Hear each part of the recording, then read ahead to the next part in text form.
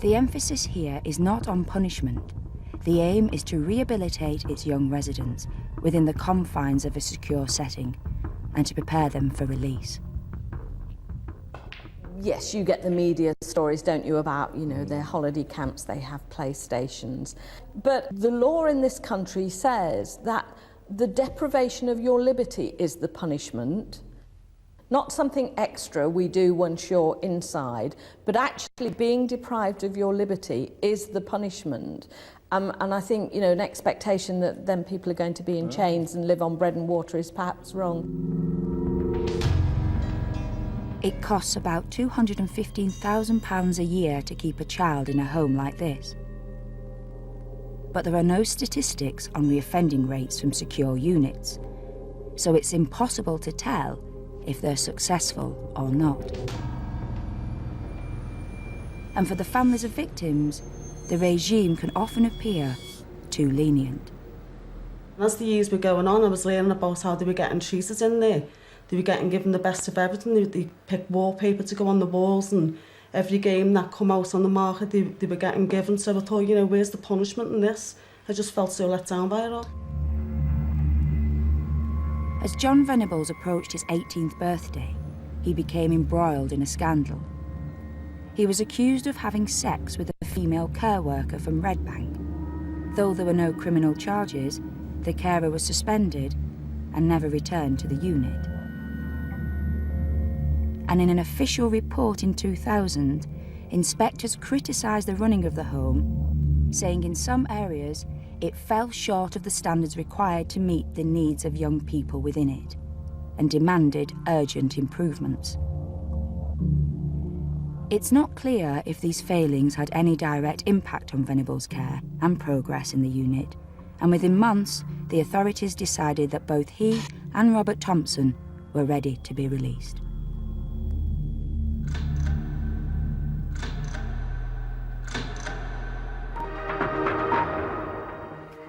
Good evening. The killers of James Bulger are to be freed. 8 years after they were jailed, the Home Secretary announced that Jon Venables and Robert Thompson will be released on what's known as a life licence. They'll be under supervision for the rest of their lives and could be rearrested at any time if they're thought to be a risk to the public. An official report drawn up by health professionals directly involved in their care said both had made exceptional progress. They'd never been violent, had worked hard at their studies, and had considerable achievements to their credit. The risk of them reoffending, the experts said, was low. Albert Kirkby disagreed.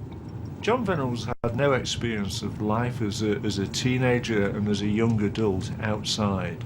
I think when you look at what we've learned, it raises big questions as to whether it was a matter that Jon Venables will be released or whether he should actually be retained in custody but perhaps in some other location.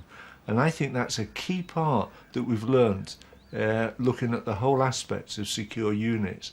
So I seriously question the assessments that were made that he was ready to make that transition at 18 years of age. This the first sign of outrage in Liverpool, a convoy of lorries passing James Bulger's grave at the lead his mother Denise. In a statement she said the killers were evil and shouldn't have been released. I just felt so let down. I thought, why are they getting released after what they've done? That they should be spending more time. They should go on to an adult prison, not getting released. It's too early to release them. I thought, no, this is not right. And I thought, you know what? I'm going to bide my time because one day one of them are going to end up, or both of them are going to end up back in an adult prison because they are going to reoffend. Just 8 years after he murdered James Bulger, Jon Venables was released on a life licence, which imposed strict conditions on what he could and couldn't do on the outside. He had to be of good conduct. He was forbidden from contacting the family of James Bulger and from going back to Merseyside without permission. Any infringement would immediately lead to him being locked up again. Albert Kirkby wasn't optimistic. I'd hoped that they were capable of being rehabilitated, but I never had the faith in the system where I believe that they could have achieved that by the time they were 18 years of age. And I shared the belief that they should have gone into prison as a warning to them that if ever they did break the conditions of their parole, that was where they were going to end up. As Venables prepared for freedom, there were real concerns that he might be targeted in a revenge attack for James Bulger's murder. So he was given a secret new identity, which the media were expressly forbidden to reveal. He had his own sort of network of probation officers, and he had to have this whole identity created for him with false documents, with a passport, GCSE certificates, a national insurance number, everything that created a background for him. And even to the extent of what was called a legacy lie, a story that he could tell people to make him convincing as in this false identity. And the pressure of that, I think, must be huge. It must be really difficult to actually have a new identity. As an 18, 19-year-old striking out on your own for the first time, also having that big secret hanging over you, I would imagine makes it more stressful. To begin with, it all looked so promising and so rosy. He had a flat, he was able to find a job, he enrolled in college. He even had a girlfriend. All the reports are very positive. He's being monitored constantly, has a huge support from the probation service. The court injunction protecting Jon Venables' identity severely restricts what can be reported about him since his release. But we have spoken in detail to one of his friends, who first met him in 2002, shortly after his release. We've used the voice of an actor to protect his identity. Well, he was shy at first, obviously. I got on with him, basically straight away.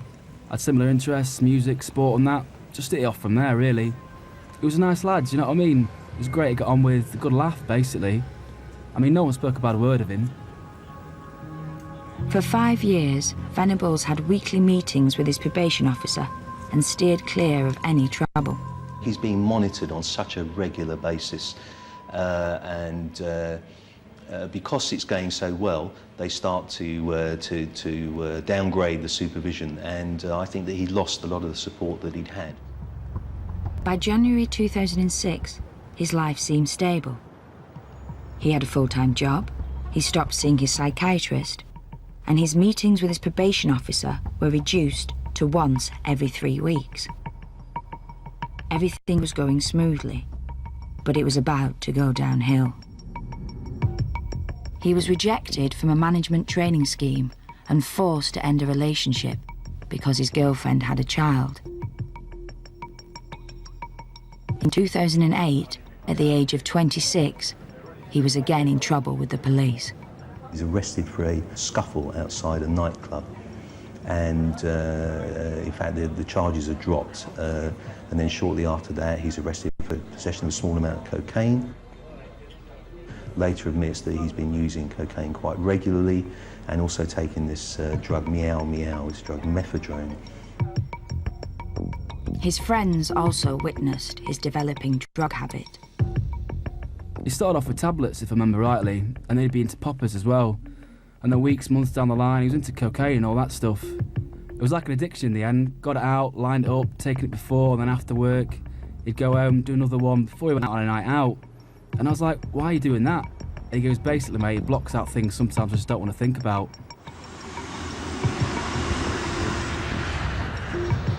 Despite his monitoring, Venables was given permission to go abroad and chose to holiday with friends in Amsterdam. I remember he went to Holland with some mates. It was more of the same as over here. Nightclub, drink, drugs, looking at girls. Over there it's a different country, different culture. I guess he just wanted to experience a different atmosphere with his mates. It's an experience you can remember all your life. I think he liked it. All through that period that he was out, there was this constant fear of being discovered. He was afraid. He was afraid of being found out. He was afraid of, being the victim of some revenge attack. After his arrest for fighting and the evidence of drug abuse, his supervision was stepped up again. He was told to meet his probation officer every week. He was also placed on a curfew and had to stay at home from 11 o'clock at night until 6:30 in the morning. But for Albert, this intervention came too late. We know there was close supervision with him, which would perhaps help him in some way of feeling secure because there was always someone there who he could turn to. Someone who could tell him, like his life inside, how to run his life. And instead of that supervision and contact slipping away and being eased off, that is the period when we know now that Jon Venables became vulnerable. His behaviour went out of control, and there wasn't the mechanism there, the system there, that he felt that he could go to and feel happy with. That cannot be acceptable. Venables' spiral of decline continued. Though it was strictly forbidden under the terms of his licence, he started going back into Merseyside, close to the scene of James Bulger's murder. He goes back to watch Everton matches and he goes to see concerts. If he'd been found out to be doing those things, he would have been recalled to prison immediately, and arguably he should have been recalled to prison. But he wasn't. And after one late night drinking session with his friends, Venables finally cracked. Despite all the efforts to protect him from exposure, he started to reveal his true identity. We went out, he was like himself, normal, talking about the obvious, football, music, and roughly about 11:30, 1 o'clock in the morning when he was more gone, he was like, "Got something to tell you." He said, "Do you remember that little kid in Liverpool that got killed in the train tracks?" So I was just like, "Yeah, why? What about it?" He said, "I've got something to confess, that was me." I said, "Behave yourself." And he just goes, "Yeah, all right." But for some reason that stuck in my mind. But 4 weeks later, having a drink, doing the same thing as normal, got to like 2, 3 in the morning, he said it to me again. So I just laughed it off again. Must have been some kind of release valve where he just had enough and he couldn't carry on, basically. 2 weeks later, I heard from other people say he'd put him for references because he wanted to leave the job and work somewhere else. I went round his anyway and it was like completely empty. I was just like, where the hell's he gone? Like he just uplifted and disappeared somewhere. He reports to his probation officer that his identity, he believes, has been disclosed. They call the police come around and find him hacking at a computer to get the hard drive out or to destroy the hard drive. They take the computer and they find on it all these quite grotesque images of child pornography. Venables was found to have 102 indecent images of children on his computer, some depicting the rape of children as young as 2 years old. He was immediately recalled to prison and later convicted on pornography charges. He was jailed for 2 years. Jon Venables, one of the two killers of the toddler James Bulger, has been sentenced to 2 years in prison for downloading child pornography. James Bulger's mother, Denise, said the sentence was too short and that justice still hadn't been done. Did it come as a shock to you when you were eventually told that Venables had been rearrested and was then back in custody? Well, they've always believed that they'd go on to re-offend, and that's been proven with Venables. So I was just praying that he didn't hurt anyone else. That's all that was going through my mind. I just hope no one else has suffered at his hands. So what did go wrong? Did the attempt to rehabilitate him simply not work? And was he really prepared for life outside? Venables himself blamed the pressure of living under the constant fear of reprisals and with a false identity for his reoffending. Jon Venables had been taught to lie and become very good at it, so when he had things that perhaps he shouldn't have been doing that he wanted to conceal, then he was able to do that. How on earth can someone who's murdered and is then introduced to a false identity actually handle that? I think it's very, very difficult to actually expect somebody to live a lie on the back of what they've done. In January 2010, the two Edlington brothers were sentenced to serve at least 5 years for what the judge called a sadistic crime against 2 other children. They're now going through the same system of rehabilitation as the one that some believed failed Jon Venables. But with one major difference. As they have never been publicly named, they won't need new identities when they are eventually released. I am pleased that they haven't been named, because I think that is one less added difficulty for their reintegration into life as adults. But I hope that the two boys that inflict the injuries on them, I hope they don't get treated the way Thompson and Venables got treated. I think we should learn from the past, you know, that it doesn't work giving them the best of everything. It doesn't work rehabilitating them. It doesn't work spending a lot of money on them.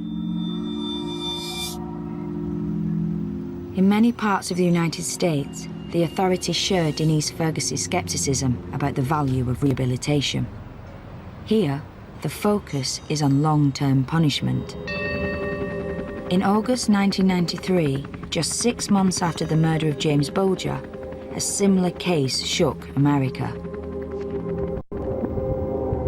13-year-old Eric Smith was accused of killing and abusing 4-year-old Derek Roby. All rise.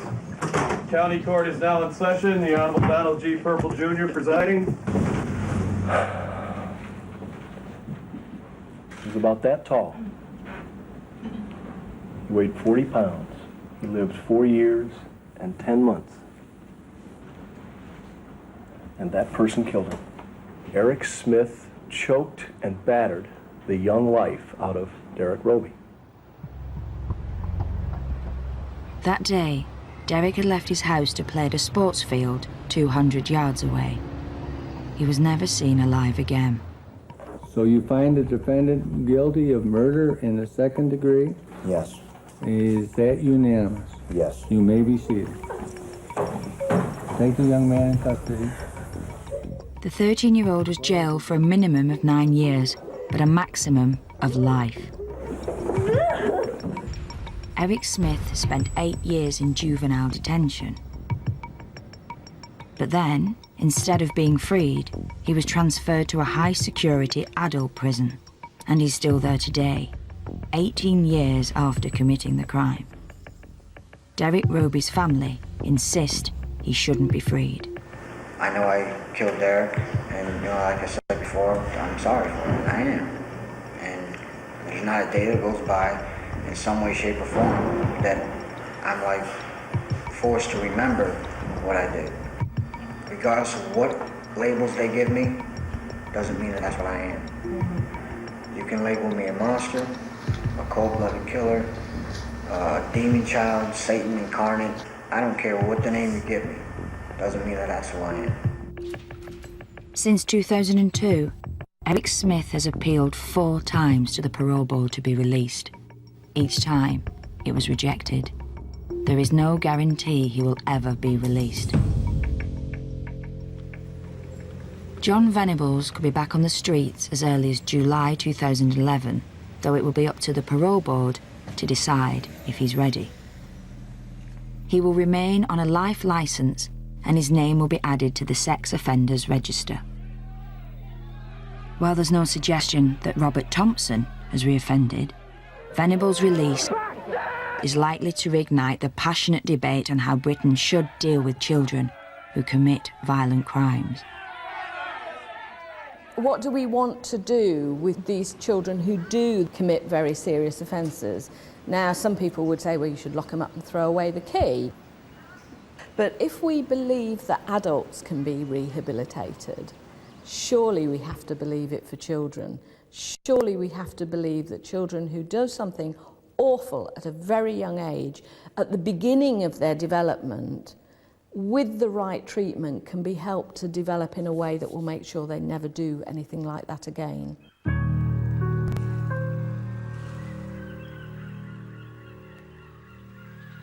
Albert feels a unique set of factors led to Venables reoffending.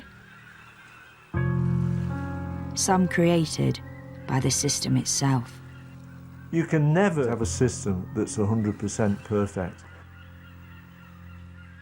But what we can learn from Jon Venables is the areas where they become vulnerable in early adulthood where they've failed to come to terms with what they've done, make the adjustments to living outside, and also living under a false identity, a lie, should be seriously considered when they're looking towards the future of other young people who are placed in a similar position.